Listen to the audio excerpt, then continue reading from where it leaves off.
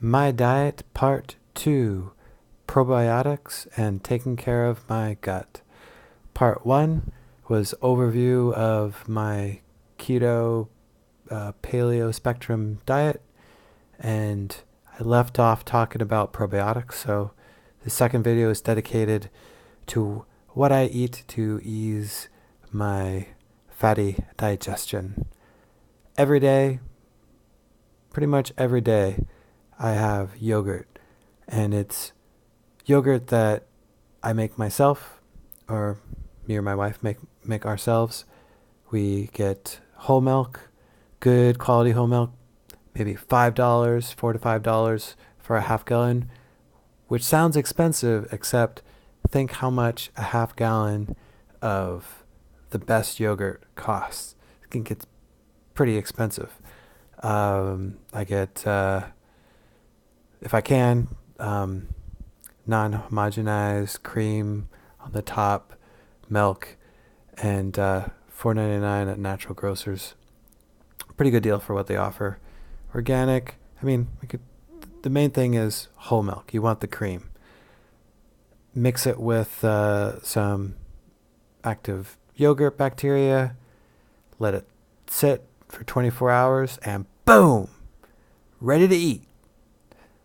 No sugar added, nothing added, just plain, simple yogurt.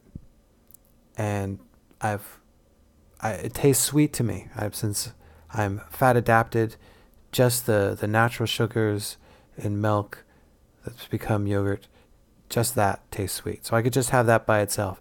But I add all kinds of fun stuff. Takes me kind of a while to add all the bits and pieces. I get my little chunks of my little squares of baker's chocolate, which is 99% chocolate, 1% vanilla bean. Toss that in there. It's great for all the positive properties of chocolate without the added sugar. And it doesn't really taste bitter to me anymore. The chocolate, crazy as that sounds, nearly 100% chocolate, or just essentially 100% chocolate, baker's chocolate, tastes fine. I could eat it. I'll eat a square by myself. Even my son will have a square every now and then, middle of the day, not at night, as it'll keep him up. But it's my coffee equivalent. So I'll throw some chocolate in there, and a variety of nuts, and anything else that's at least half fat. So I'll pick nuts that are at least half fat and maybe half carbohydrates. But cashews or more. Cashews, peanuts, although peanuts are technically not nuts, I believe. Almonds, hazelnuts, any of that stuff is great. And my wife also got me some kind of hemp seed thing. Anyway, it works too. It's supposedly a superfood, but a little bit of that. And here's where I can add a little bit of cereal, like a little bit of regular carbohydrate cereal. Not much, maybe even a few raisins or blueberries or something, because I'm not 100% no sugar, just like the sugar in the milk, whatnot. It's just I gotta stay in ketosis most of the time and avoid becoming sugar addicted again, and avoid the return of the craving monster. So I might throw in 5 or 6 different kinds of ingredients in with the yogurt, but it's still primarily a fat meal, as well, of course, as a probiotic, as a gut enhancer, so that I can drink that bacon grease and have no problems. Of course, I always like to have some plant fats. Avocados are fantastic as well to kind of grease my innards. Some olive oil. But I think at this point I could just have bacon in a day. Just straight up bacon and nothing else. Fatty bacon, and I would be fine. I wouldn't want to do that all the time, but I could definitely go a day where that was my only meal. other probiotics that I have on a regular basis, something like either kimchi or sauerkraut. I usually don't do both, but one or the other. And my wife makes the sauerkraut, and we have several great kimchi options here in Portland.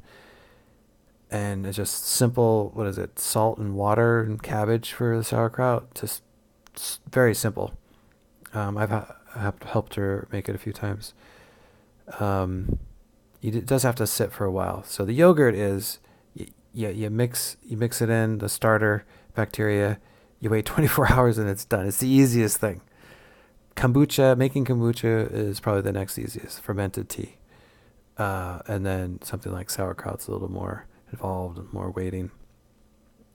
And miso. My wife also makes miso, which is great. I don't have that often.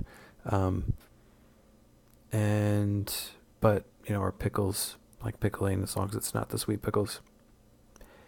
I pretty much have some kind of probiotic every day, and I think it's essential. I also had a skin infection a while back, and the doctor said have probiotics in between. You're taking the antibiotics to deal with the infection. So it reinforced how the medical field is on board with probiotics and how important the gut is for overall health, and how certain things like I think ibuprofen, all these things are killing your gut, and you had to recharge it that you might take.